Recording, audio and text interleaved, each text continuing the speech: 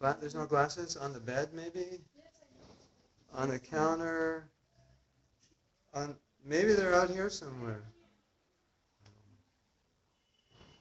See any glasses over here? Yeah. Something else? No. Megan, she bought the orange suitcase that you were cleaning. Yeah, it needs more cleaning. Om Jnanatimidandasya Jnananjana Shalakaya Chaksurumilitam Tasmai Shri Gurave Namaha. Wow.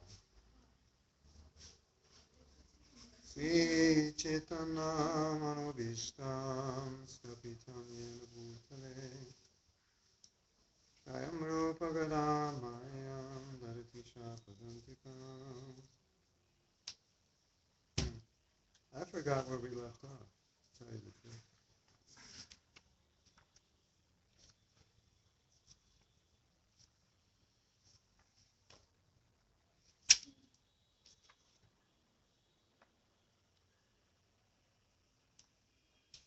Okay.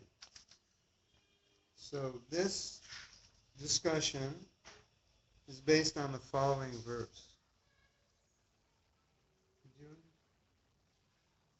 I know. I'm sick maybe 5 minutes. You have to go? So we can translate. You want translation? No, not pen translation. You can translate. Можете переводить?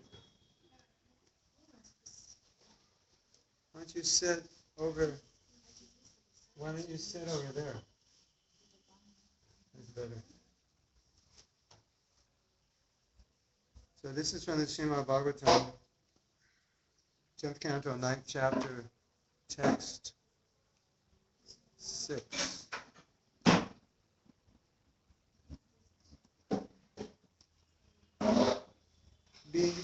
Being very angry and biting his reddish lips with his teeth, Krishna, with false tears in his eyes, broke the container of yogurt with a piece of stone. Then he entered a room and began to eat the freshly churned butter in a solitary place. So we left off the story where Mother Yasoda had gone to take the milk off the stove. And while she was taking the milk off the stove, I don't know if we discussed this last time, Krishna broke the pot. He was angry. He broke the pot. The churning pot of yogurt. He broke it. And some acharyas say he just put a hole in the bottom and it leaked out of the bottom. And some say cracked it. In either case, you churn butter from yogurt, and so it was spilling on the floor. And he was really, really angry. And he wanted to get back at his mother and create mischief. So there was a storeroom.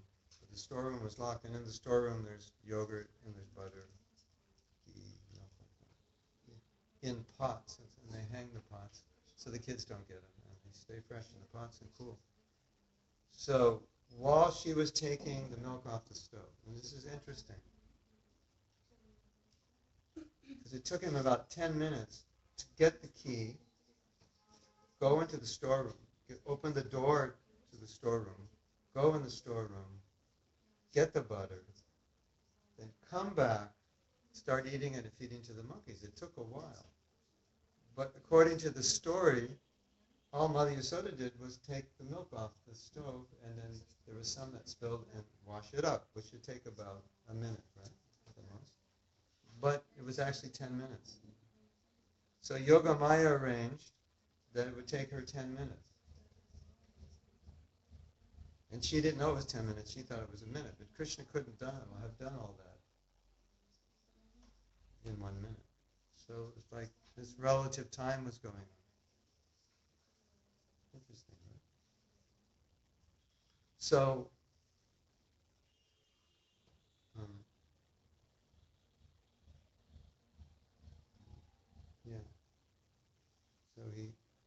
He ate the butter. When he came out, he sat on the mortar, which was upside down. And then he started feeding the monkeys. And then he was looking this way and that way because he knew his mother was going to come. And he was doing the wrong thing, and he was afraid. So this is the verse in Bhagavatam where he breaks the pot, churning. So,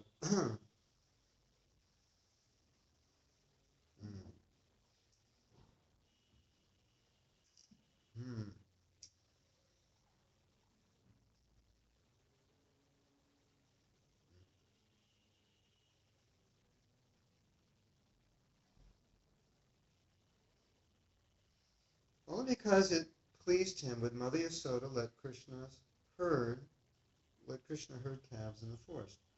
Only because he wanted to deliver Vasudeva and Devaki would the Brajavasis allow him to go to Mathura.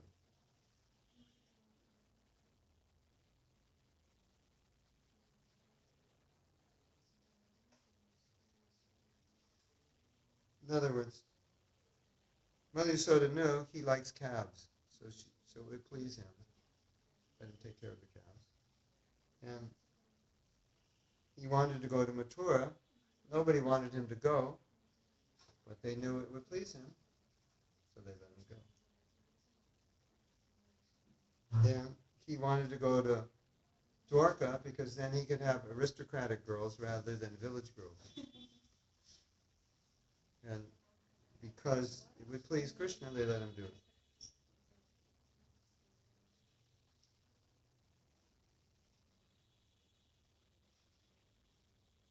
So,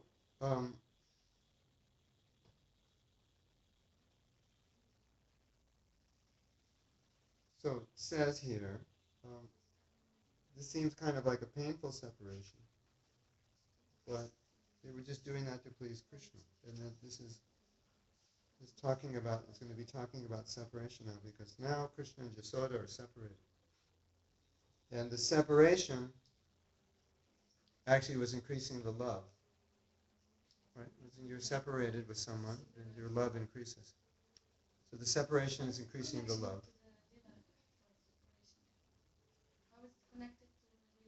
Because his mother's in the kitchen and he's out in the court. And it feels separation. He's only 3 years old. So you're 3 years old and your mother goes away, you feel separation. Even if your mother's in the kitchen. Yeah, they both felt separation. And the separation increased the love.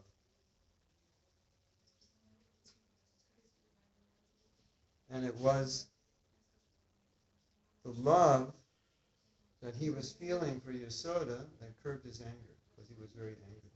Especially when she first put him down, he was really angry. But then seeing her in the kitchen, feeling the separation, it increased the love. Now, we heard this morning that the milk that Mother Yasoda went to take off the stove was for Krishna, and it was the best milk. Special cows with special diet. Right? So, for Yasoda, she sees Krishna in the milk. The milk's for him. Right? But she's also feeling separation from the person Krishna because she had to put him down. So they're both feeling separation.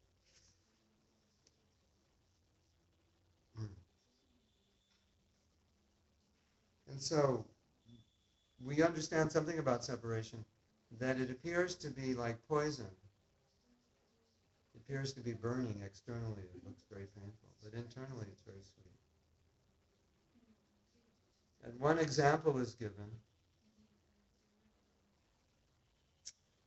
If you read a story or you see a movie that's a tragedy, where the lovers come together, but at the end of the movie they have to separate or something. You cry, right? And that crying makes you feel good, in a sense, because not that it makes you feel good, but it's an emotion. And that emotion gives you pleasure, in a sense. A devotee told me, he's no longer alive, but he had done a drama off Broadway in New York, and done a drama of the Mahabharata. It was very well.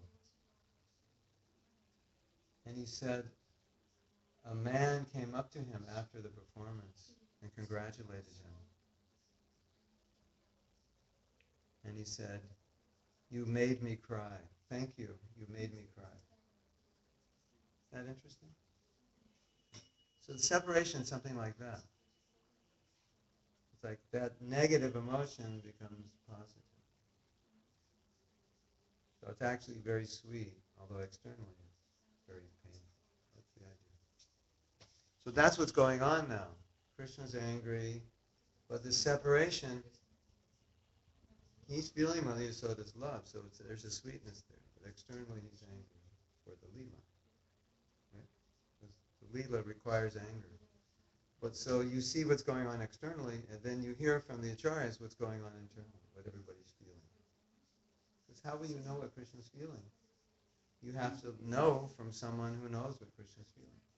And these acharyas who comment on this pastimes are manjaris, so they know what the feelings are.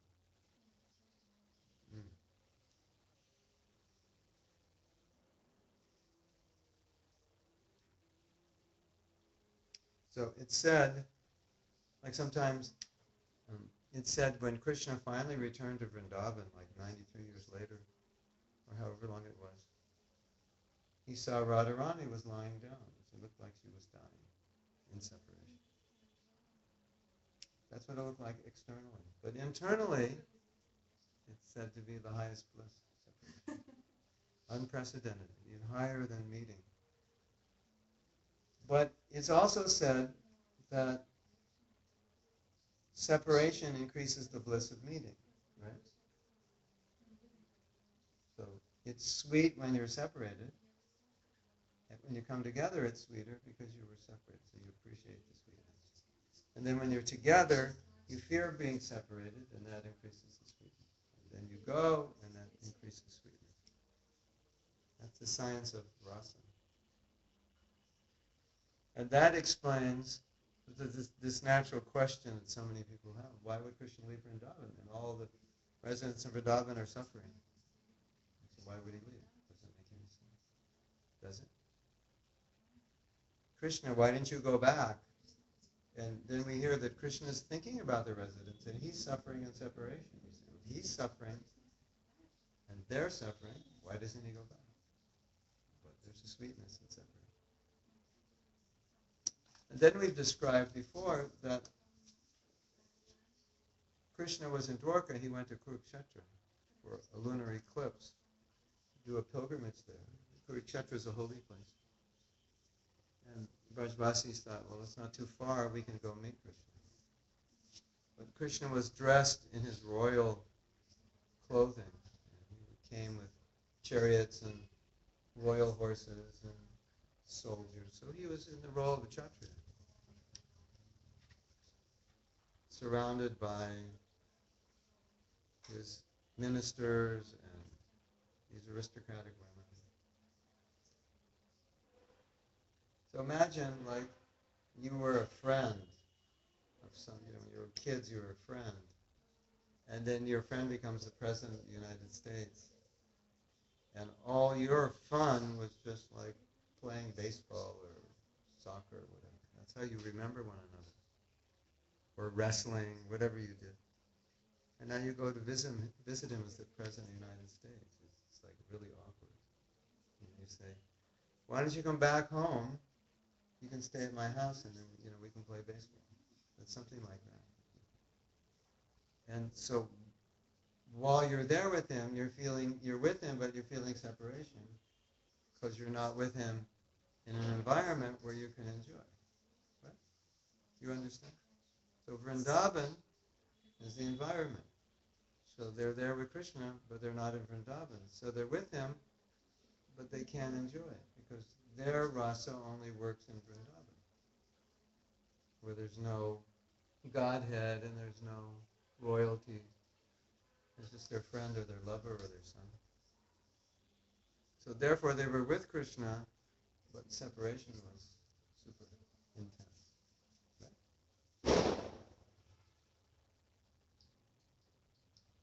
So,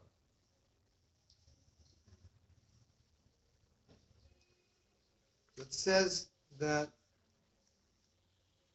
Krishna also felt that separation.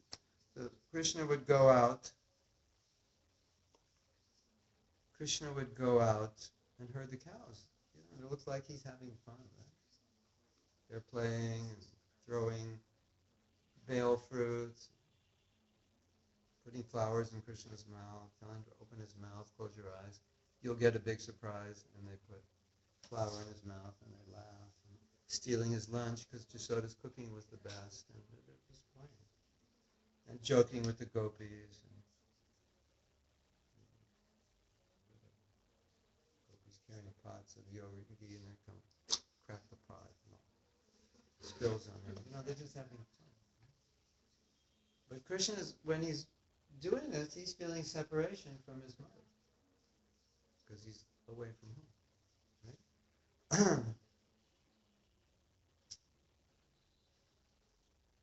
When he went to Mathura to kill Kamsa, then he was away from them. Now, it's not very far for us by car, but in those days, that was by horse. It's a ways. So he was crying and feeling separated from all his friends and his parents. So he's feeling it also. And we've also heard, I think it's in Brihad Bhagavatam, that he's in Dwarka, he's laying in bed and he's sleeping next to Rukmini, but in his dreams he's saying Radha, Radha, Radha. I don't know how you'd feel if you were married and your husband is saying the name of another man. So it shows that he was suffering in separation also. So otherwise you think Krishna is not very grateful, he's allowing people to suffer. But it actually, the suffering that he's going through is increasing his love. And it's increasing their love, and that's one of the reasons he stays away, because the love's increasing in separation.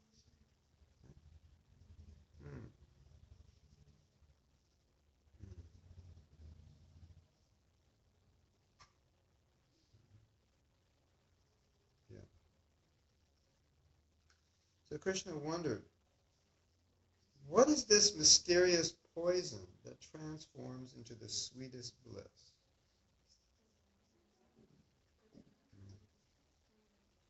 So he was with Jasoda.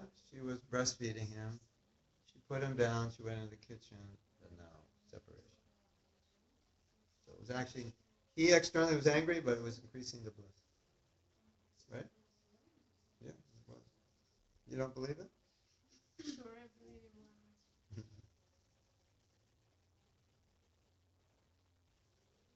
how anchored can be transformed to the bliss. He's thinking, how dare she put me down? Now he's feeling separation. He's angry at her for putting him down, but he's feeling separation, which is giving him bliss. And all Krishna's anger did was manifest the lila, and all the lila did was increase the affection. It's all about love. Yeah, it's all about whatever, let's say, it's like you have a surprise party for somebody. It's your birthday, and nobody's talking about doing anything for your birthday. So we're purposely neglecting you out of love. So it feels like, what are you going to do? Well, maybe we'll go out to dinner tonight, or we'll do something. And you don't do anything. So you're mistreating the birthday boy or the birthday girl because you don't want them to get any, or you lie to them. Yeah, we'll do a little family party with But just why us. to do this? Because all her friends are going to be there. Surprise party. Yeah, so you have to lie. It's a secret. So, but the lying increases the pleasure, because if she finds out there's a party, then Till you open the door and lights on, and she goes, "Oh, I knew you were going to do this." But if she doesn't suspect it, then it's special. So or out of love, sometimes the parents will lie to the children. Take this medicine. It's good for you. It tastes good. And ugh, you told me it would taste good. Well, I love you. That's why I told you it would taste good. Or you might get angry at the child because you want to discipline him. So out of love, you get angry. So everything Krishna does is to increase love. So externally, from our perspective, may appear like anger. He's jealous. He's upset. He's crying. He's creating mischief. But everything he does is motivated to increase the love that he has for his mother, increase her love for him. And everything Jasoda does is to increase, is simply out of love for Krishna. So in the transcendental realm of prema, only love exists. So whenever you read these leelas, you just have to think, it's all out of love, and I just have to figure out how this is love, even if it doesn't look like love, because love only, there's nothing else that exists. In this world, we have the modes of nature. So the modes of nature conduct our activities, and within the modes of nature, the love is minimized, or there isn't any, right? So in the spiritual world, there's only love, and that's why we hanker for love here, because it's the nature of the soul. This morning Maharaj said it's pure anger. Yeah, pure anger. I mean, anger has, it's pure anger because it generates pure love. Which Maharaj? Devamrita Mother Yasoda's anger, Krishna's anger. We're talking about Krishna's anger. Yeah. Well, of course, Krishna can't have anything. He doesn't act under the modes of nature, so it can't be anything else. But if Krishna gets angry, or Krishna's devotees get angry, it's only either it's generated by love, or it's generated to cause love. It can only happen that way. So if you understand that as a basic foundation, then you understand you'll understand. If you ask, why didn't Krishna go back to Vrindavan? Because to generate love. Not because he's unkind or neglectful or he forgot. Oh, I forgot him. Forgot everybody. It's been so long. Radha who? No, I don't remember her. Subal. What's Balsaka? I was only, you leave someplace when you're 8 years old, and now you're 80, and you're going to remember your friends from 8. Who were they? Kind of Jeff and Jack, or whatever the names are. Were there some Japanese names of boys? Ken? Ken, Chris, Charles, Juno. Yeah. I kind of remember. It's not like that.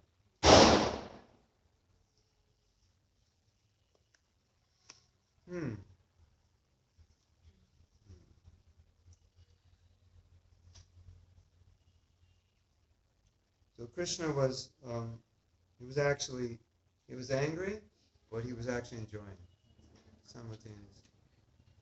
But it's because he's Krishna, these contradictory emotions can go on. So, he's exhibiting all this anger. But this anger is going to heighten, is going to heighten, is not a word, it's going to heighten the, Srini Haribol, it's going to heighten the rasa. Now, you might say, is Krishna feeling angry? Or is he pretending to feel angry? And the answer is, he's feeling angry. Because the anger will heighten the rasa, and it's real for him. So it's like, he knows the anger is going to heighten the rasa, but then he goes into anger. And so it's not a thought that this is good for rasa, it's just, I'm angry. So it works that way. Then he can come out of that and think, what's best for rasa now? That I do this, and then go back into the rasa, and then forget that he's God, and just be angry as a little boy. Does that make sense? That's how it works. I don't know if it makes sense completely, but that's how it works. Interesting. So he's going in and out of the rasa.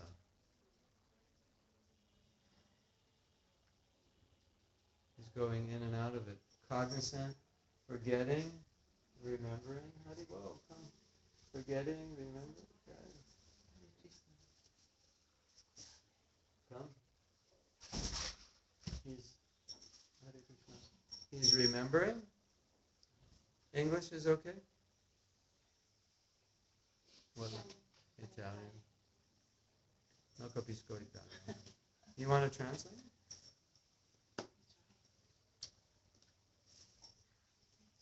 Oh, Oh, international class. Two, Translations. two translations going on.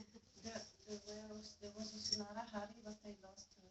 Who? I was waiting for Nara Hari, you know. Oh, he's the daughter of the Prabhupada disciple. Oh, she got lost. Spanish. She She got. has been in my book when I was there. But I lost her. Maybe I know her.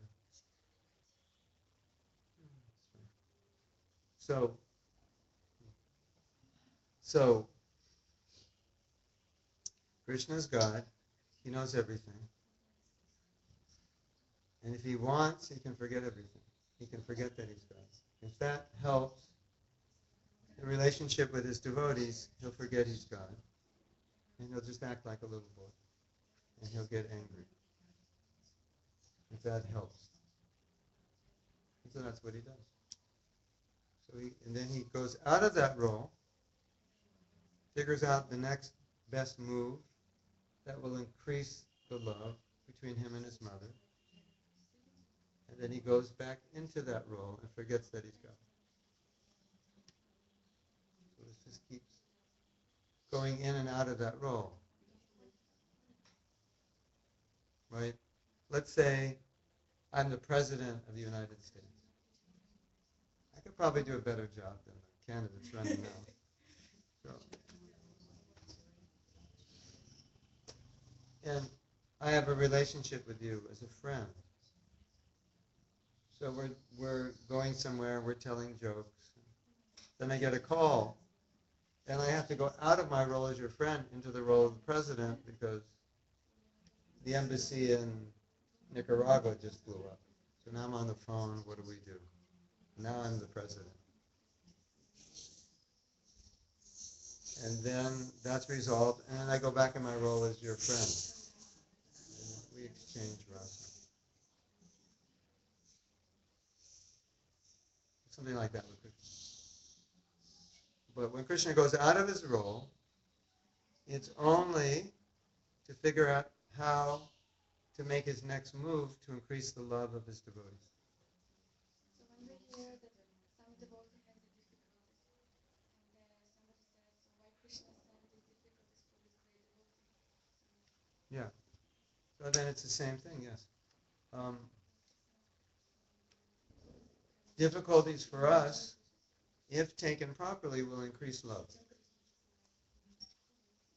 Difficulties are meant to increase love. Or difficulties are meant to move us from going this direction to go this direction. Yes? So if you're going this direction, it's not working. You're suffering. And Krishna says, okay, I'm going to create suffering so you'll know to go this direction. Otherwise, you keep going this direction. So because he loves you, he creates pain in this direction to get you to go to this direction.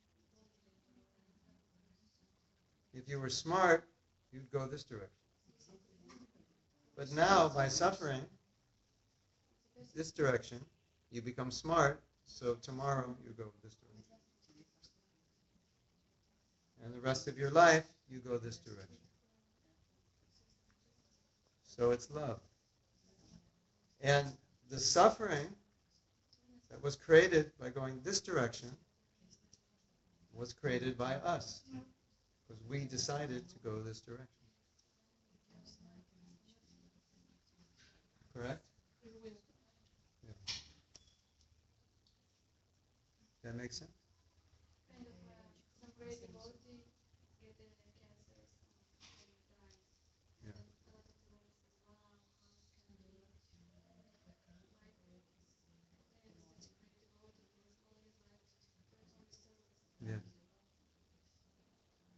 How does that happen?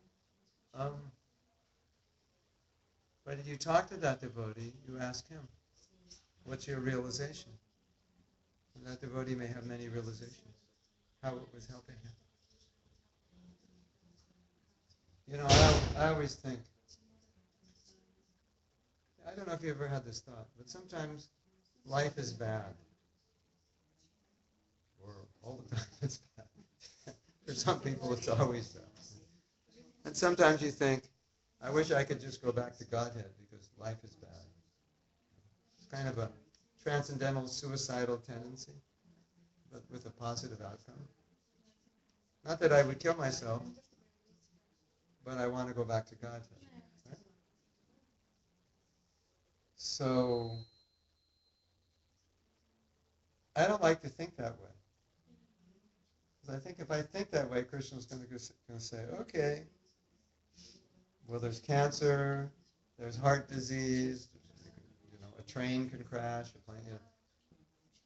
Krishna might fulfill that desire. So sometimes you don't know. Maybe that devotee who becomes sick actually wanted, you know, somewhere in them they just were fed up with life and they wanted to go back to Godhead, and Krishna said, okay. And he's got, you know, you have to die of the disease or an accident. Unless you're old enough, you'll die naturally. If you want to die when you're young, what's Krishna going to do? If you're really young, probably not going to give you a disease. He's just going to, you know, you'll get in an accident or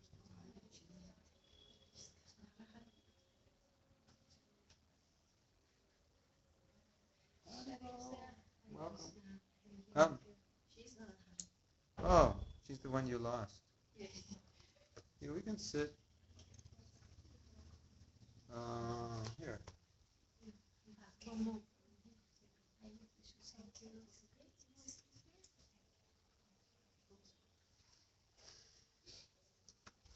There's a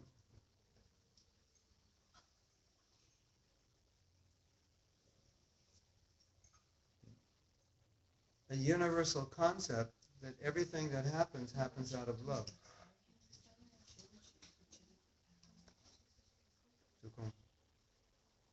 Tu sabe? No, you need to translate? No. Okay. English?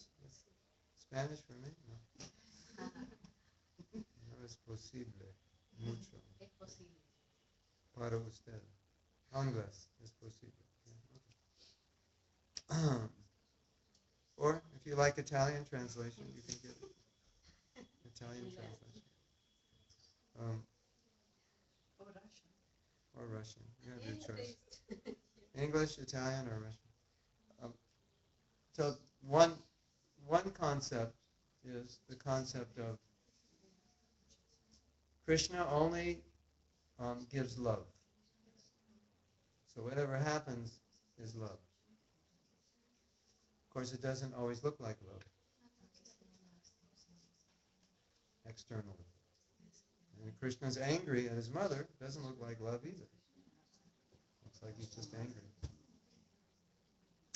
So if you can see everything within the context of love, then even when something bad happens, you can think, Krishna's pushing me in some way to come closer to him.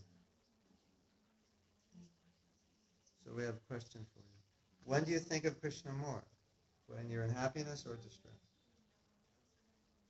When do you pray harder? When do you think more? In happiness or distress? When do you pray harder? In happiness? I know that I was typing each. Me really when I'm happy. Me both. But when do you pray the hardest? The hardest when I'm happy. The most heartfelt prayers come. Yeah. When we're happy because we're peaceful. Everything's nice, so thank you, Krishna. But the intensity of our Hare Krishna, Hare Krishna, you know, it's when you're happy, it's more like, Hare Krishna. Everything's good, isn't it? But when you're miserable, it's like, it looks like, you know, you really look serious when you chant. Isn't it? Your hankering is stronger.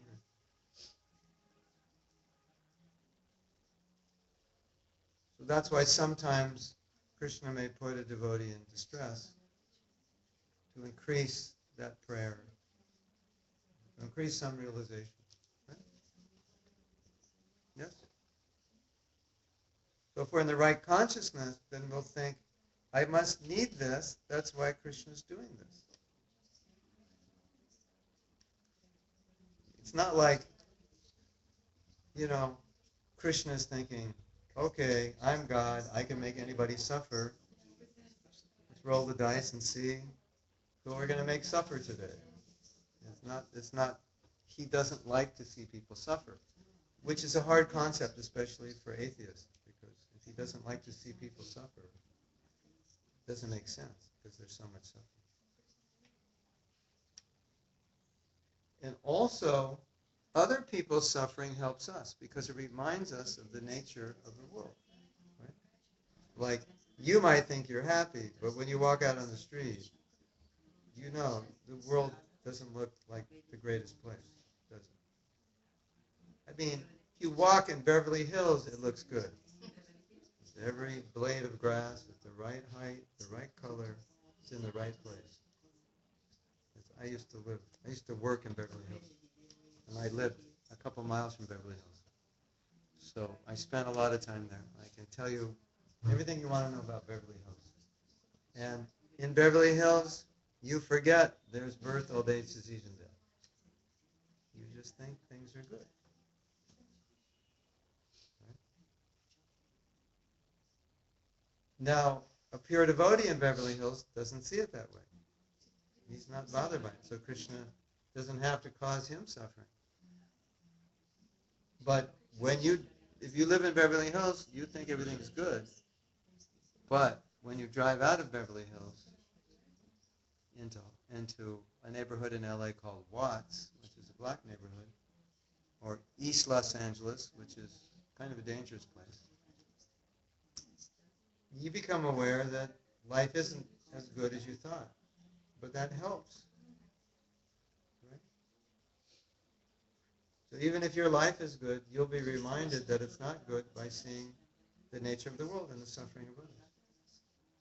But Krishna feels that's necessary for us to push us.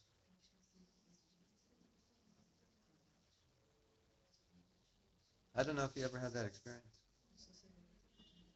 You know when you hear the news about somebody just got shot, a plane crashed, bombs were dropping. It's like you were having a good day, right? And then you get this news and it's like ruins your day, doesn't it? Like you forget where you're living. And I would say, not even that Krishna wants that, but because we create it, that's what happens. We get the reaction. Because we created it, we get the reaction. So Krishna's teaching us also. If you do this, you'll get a reaction. Just to make us aware. But if we can see that within the context of Krishna's just trying to help us, then we can see it positively.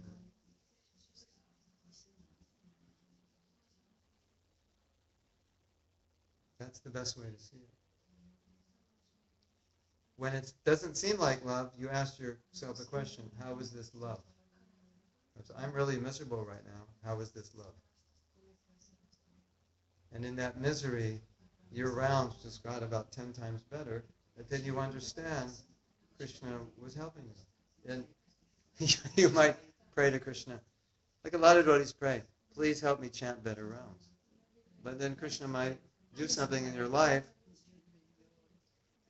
So now you chant better rounds because on your own you weren't going to do it. So you have to, praying can be dangerous. Does that happen to you? That's why I said please always particular ABC for yes because it happens. Yeah, you have to be careful. I was thinking of that before class. You have to be so careful what you pray for. And my conclusion was often instead of asking Krishna for certain things, I'd rather just do something to make those things happen because I feel it's safer. Because then he doesn't have to shake me up too much. Because I don't know how he's going to shake me, and sometimes that shaking could be difficult. I think, well, better I do it, then he doesn't have to shake so much. Sometimes I'm negligent, and so Krishna comes to the rescue. But sometimes it's painful, because things don't look like they're going to work out. In the last moment, Krishna saves me. But if I just would have taken care, he wouldn't have to come and save me. So sometimes I feel like I'm employing him in my service better. I just do it myself. You make a mistake, you suffer. Now you pray to Krishna, relieve my suffering. For the mistake I made. Well, if I didn't make a mistake, I wouldn't have to pray to remove the suffering. I wouldn't have to go through that. Because a lot of times when you go through that suffering, the first stage of suffering is you forget Krishna, isn't it? Or you rebel. Krishna, why are you doing this to me? And Krishna's saying, what did I do?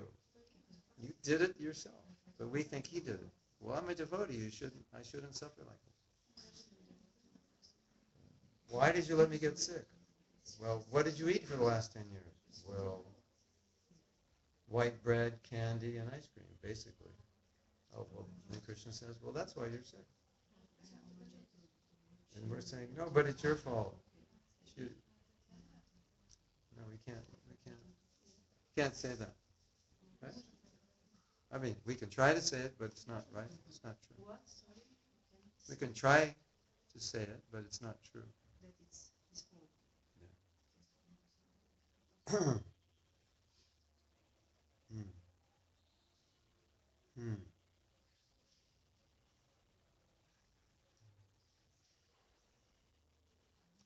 So, Krishna's getting mad at Mother Yasoda for putting him down, but it's increasing his love for her and feelings of separation. So he increases the anger, but the anger is increasing the separation. It's churning the rasa. So the more he's angry, the more he's feeling the what does it say here? Um,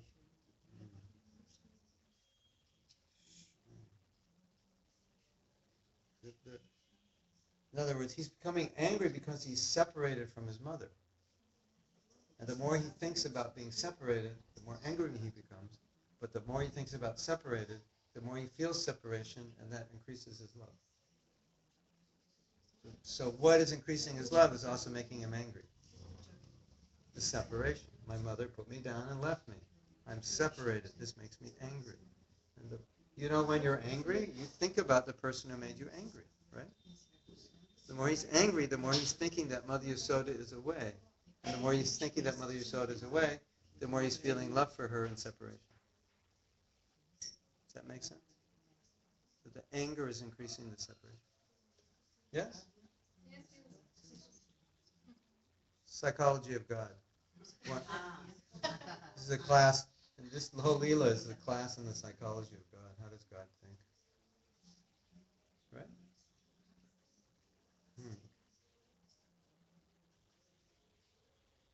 Now, at the same time, Krishna is feeling this way, Mother Yasoda is feeling this way, because she's also feeling separation. But she's feeling more separation than Krishna's feeling. Because Krishna is God, and he's the supreme attractive entity. So the devotees feel more separation for Krishna than Krishna feels for the devotees. And then Krishna became envious of Yasoda because she felt more separation for him than he felt for her. And that made him even more angry. Isn't that amazing? And now you see the transcendental nature of anger and envy. So we say there's anger in the spiritual world. And we say there's envy in the spiritual world. It's just increasing love. There's no connection with material envy or anger. You understand? Yeah? It's all about love. That's all. Every quality is just a different feature of love being manifest. Mm.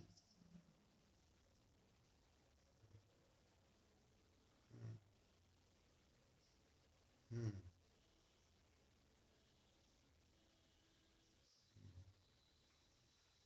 So, that's another interesting point. When she had to put Krishna down, as soon as she had to put Krishna down, the separation came. And the separation is more intense for her than for Krishna. So she became disoriented. She was feeling such, like sometimes you hear about Lord Chaitanya, his separation, and he's going mad. She was disoriented. And in order for her to walk in the kitchen to take care of the milk, Yoga Maya had to take her and guided her, because on her own she couldn't get there because of her feelings of separation. Isn't that amazing? So this whole pastime really magnifies the love of Jasoda, and it clarifies what love is. Just in case, you can read about love in the Nectar of Devotion, but here it's describing exactly how it's manifested. Could you imagine a mother puts her baby down, goes in the kitchen to turn off the stove, and feels such intense separation she becomes deranged? If that happened, you'd take her to the local mental hospital. So there's something wrong with her, right? It's nothing to do with mental hospital. No, you would take her to the mental hospital if she did that, wouldn't you? Your mother was you had a little sister or something, and your mother was like, ah, I'm 2 feet away from the, you think, oh, something's wrong. This is not normal. But this is a manifestation of love of Krishna. Okay. I'll read this to you because it's funny.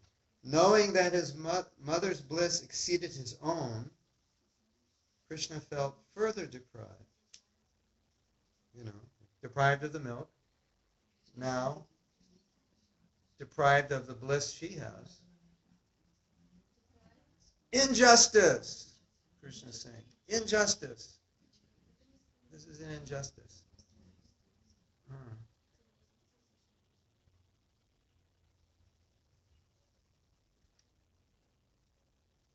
Not fair. Because Krishna's 3 years old. So what do 3-year-old boys say? Your brother has 2 cookies, you have 1 cookie, what do you say? It's not fair.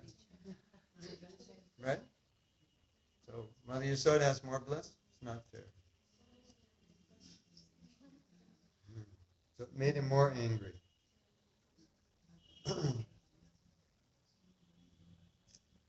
And it says here that he became as angry as Lord Nrsingadev when Lord Nrsingadev was fighting Hiranyakashipu. He wasn't really angry. Because Lord Nrsingadev is a manifestation of his anger, so now it manifests again. Interesting, isn't it? If you think Lord Nrsingadev is angry with Hiranyakashipu for offending his daughter, but Krishna, his anger manifests in Lord Nrsingadev, now is manifesting the same way here.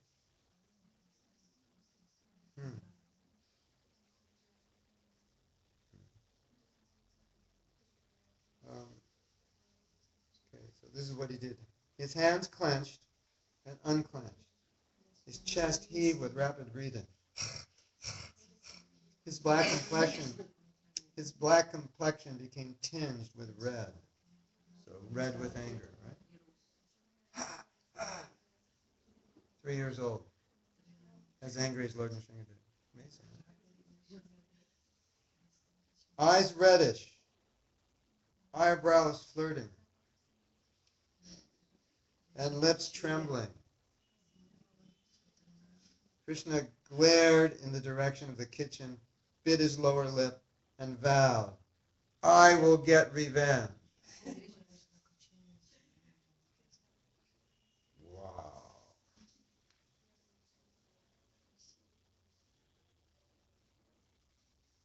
Now, Krishna was crying. You have this story?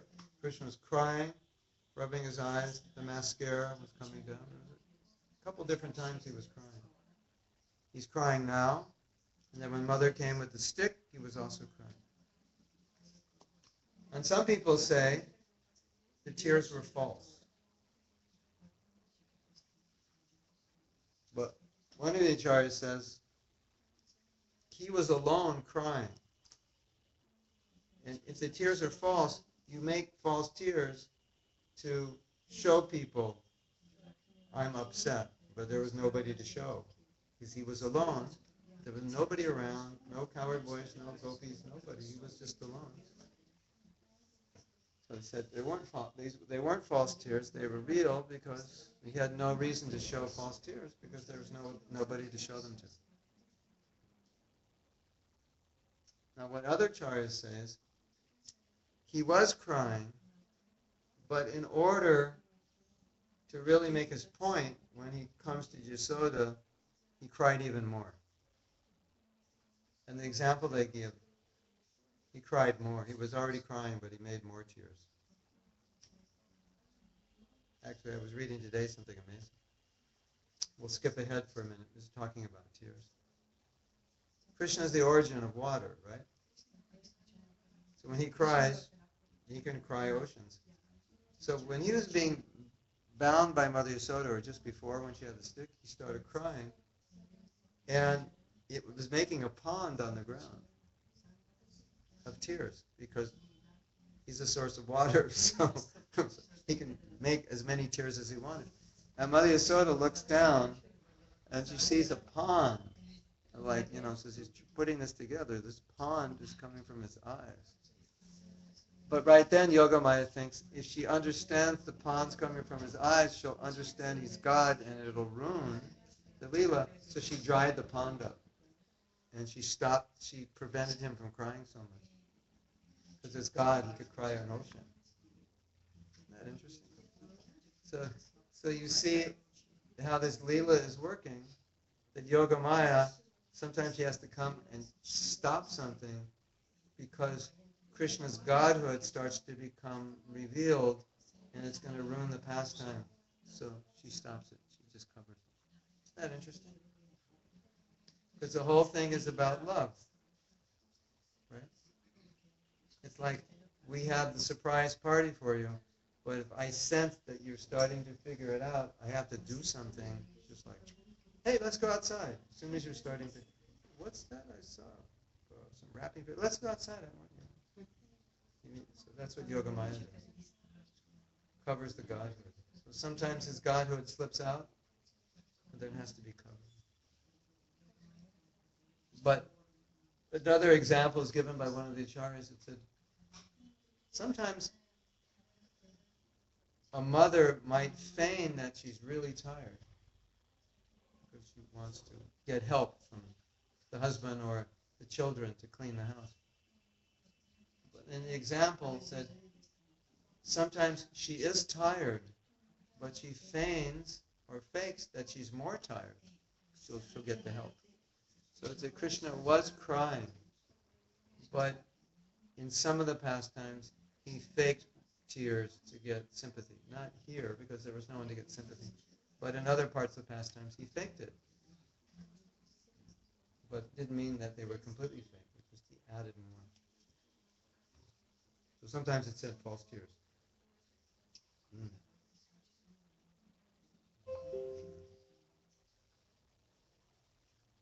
Yeah. Okay. Mm. Mm. Mm.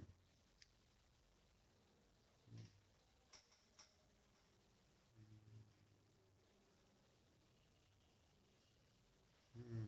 Mm.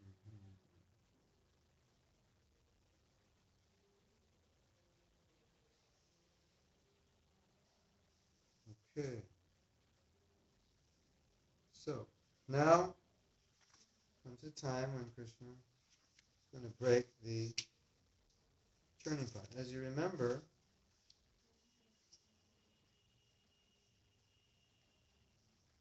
there's a mortar in the courtyard. And Mother Yasoda was churning yogurt, right?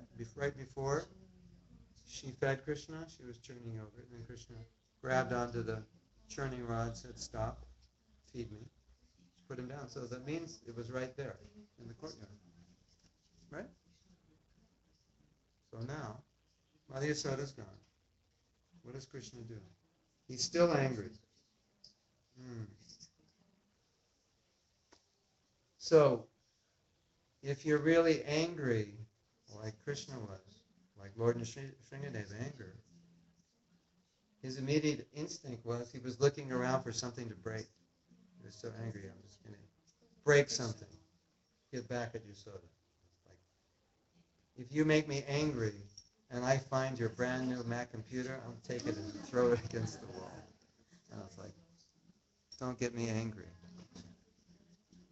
I guess that's more of a, I don't know, do women do that, or is that a male thing? It can happen either way. It can happen either way. So he's looking for something to break.